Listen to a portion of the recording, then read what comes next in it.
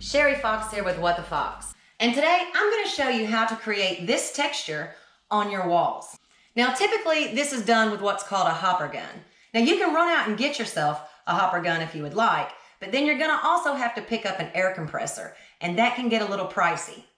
So I'm going to show you how to create this by using what is called a sea sponge. You can pick these up at your local hardware store or pretty much any place that sells paint. So let's get started. What I have here is just an empty bucket, some pre-mixed joint compound, a 6-inch putty knife, a drill, and we're also going to need a paint stirrer. So let's just go ahead and put some of our putty into our empty bucket.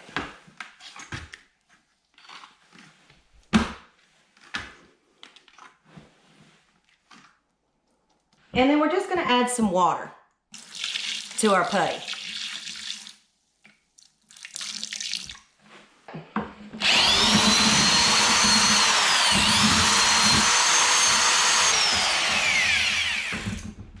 Now, there's no way I can tell you the ratio mud to water, but what I can do is show you the consistency. All we're going for is for this to be able to drip. All we're doing is just thinning this mud a little bit. You still want it to be kind of thick, but you want it to be able to drip. Now, if you do get it too thin, you can always just add more mud. But then again, if it's too thick, just add a little bit more water. Now, if you're doing a large area, you're going to want to make more than this. I'm just going to be doing a small area so that we can really zoom in and you can get a good look at the texture. But if you are doing a large area, I just suggest that you really mix it good as you go along. Make small batches at a time and just keep adding to it. Now we just want to take our sea sponge and you just want to dip it into your mixture. You kind of want to get quite a bit on there. And then all we're going to do is we're just going to blot this around the room. And you want to dip it frequently into your mixture.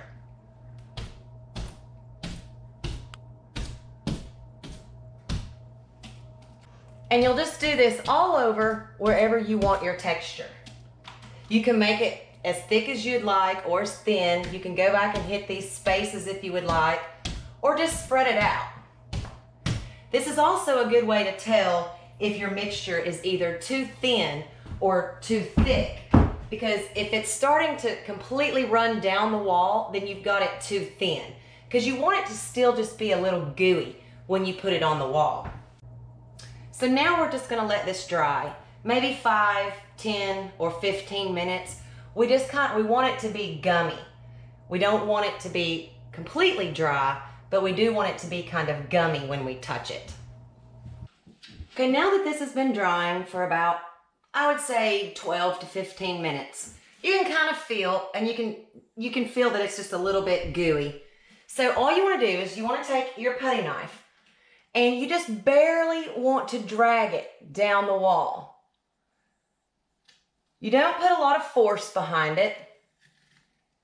But if you get a line, you can always kind of go the other direction. And you just want to do this all over wherever you have hit the wall with texture.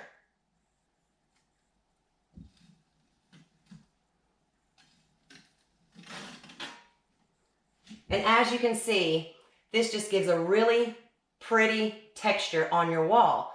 Some people call this California knockdown, citrus peel, or you can just call it a textured wall. Now, what you don't want to do is put a lot of pressure on this. If you were to put a lot of pressure, this is what's going to happen. It'll just completely smooth it in a big blob, and you don't want that. But let's say you accidentally do it. As long as this mud is still wet, you can take your trowel and just scrape it off.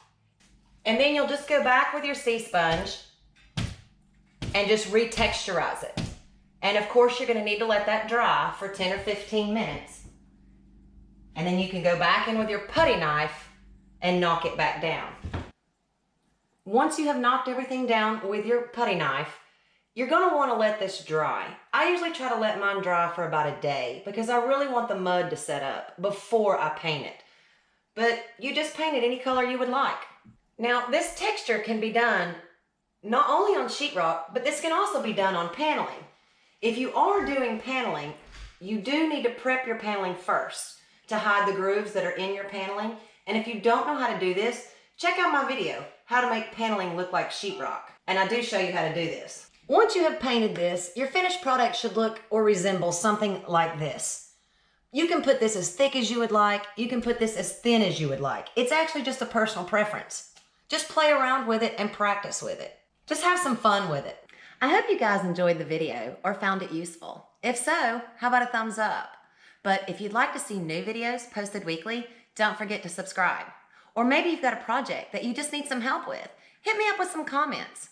Thanks once again, guys, for tuning in to What the Fox. Until next time, take care.